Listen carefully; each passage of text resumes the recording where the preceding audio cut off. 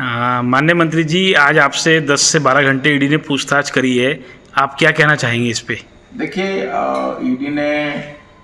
लोकसभा चुनाव से पहले मुझे, जब ईडी ने 7 फरवरी को हमारे घर पे छापा डाला था, तो मुझे 29 तारीख को बुलाया था। मैंने 2 महीने का समय लिया था। तो ईडी ने 4 मार्च को फिर बुलाया था।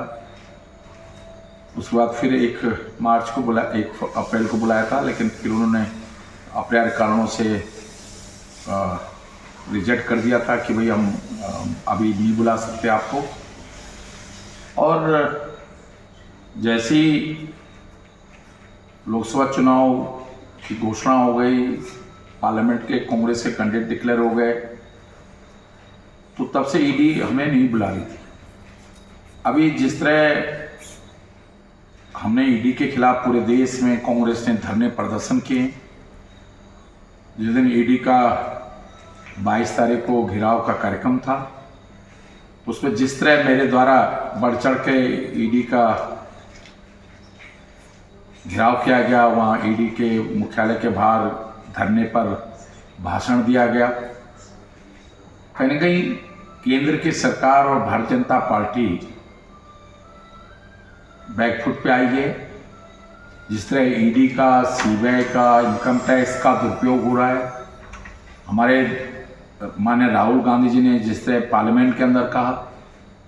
माननीय अखिलेश जी ने जिस तरह पार्लियामेंट के अंदर कहा, और पूरे देश के अंदर जिस तरह माहौल बना है कि भारत सरकार और भारतीय जनता पार्टी केंद्रीय एजेंसियों का जिस तरह दुरुपयोग कर रहे हैं, लोगों को परेशान कर रहे हैं, लोगों को जेल भेज रहे हैं, जिन कानूनों के तहत आतंकवादियों को जेल भेजना चाहिए, जिन कानूनों के तहत देशद्रोहियों को, जो देश के खिलाफ षड्यंत्र कर रहे हैं, उनको जेल भेजना चाहिए, उन कानूनों के तहत आज विपक्ष के नेताओं को जेल भेजा जा रहा है,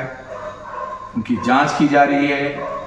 और ऐसा माहौल अगर आज देश में बन रहा है जैसे आपातकाल जैसी स्थिति आज देश के अंदर हो गई। आज सीबीआई की, मैं देखे ईडी के अधिकारियों से हमारी कोई नाराजगी नहीं है, क्योंकि उन तो नौकरी कर रहे हैं, उनको जो निर्देश होते हैं। लेकिन आज जिस तरह ईडी ने मुझसे 11-12 घंटे बातचीत पूछताछ की है, पाखरो टाइगर सफारी उत्तराखंड के लिए एक बहुत अच्छा प्रोजेक्ट है। पाखरो टाइगर सफारी बननी चाहिए, और ऐसे अच्छे प्रोजेक्ट के लिए ईडी क्या, सीबीआई का कोई भी एजेंसी अगर मुझे सजा देने के लिए तैयार है, दुनिया की कोई भी अदालत, देश की कोई भी अदालत मुझे सजा देने के लिए तैयार है, तो मैं उस सजा को भुगतने के लिए तैयार हूं, क्योंकि मैंने एक अच्छे उद्देश्य के लिए काम किया, उत्तराखंड के भले के लिए काम किया। पाखरो टाइगर सफारी बनने से जीव जंतुओं का भी संरक्षण होता। जो बुजुर्ग टाइगर होते हैं, शिकार नहीं कर पाते हैं, उनको इन बाड़े में रखा जाता, उनकी उम्र बढ़ती,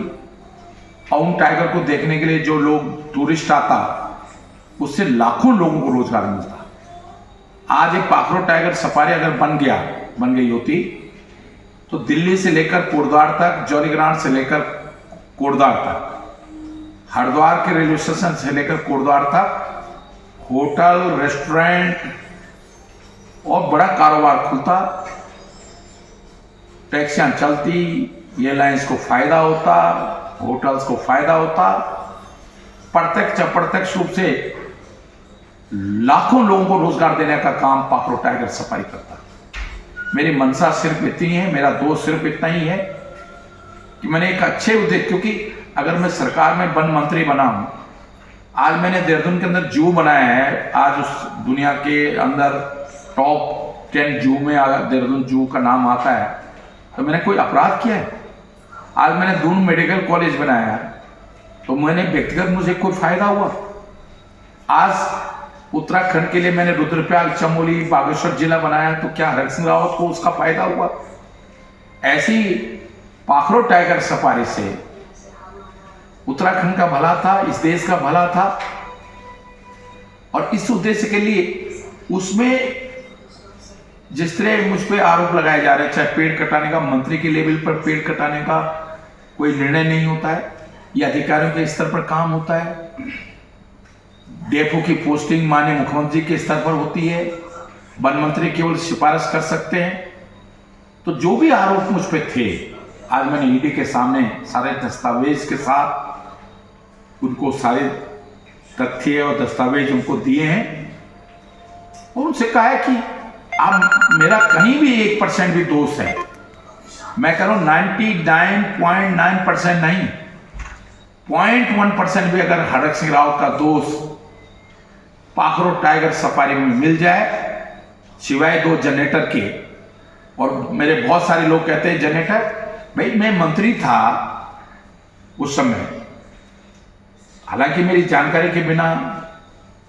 ये जनरेटर दिए गए थे। कोविड का समय था, मैं जहाँ कैंप कर लेता छिदरवाला में, और जहाँ मेरा उस समय कोविड की वजह से मैं अपने घर पे यमुना कॉलोनी नहीं रहता था, मैं कोविड सेंटर था हमारा, हॉस्पिटल वहाँ रहता था,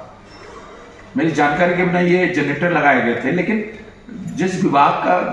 जो विभाग मंत्रियों को सामान देता है, उसकी जिम्मेदारी होती है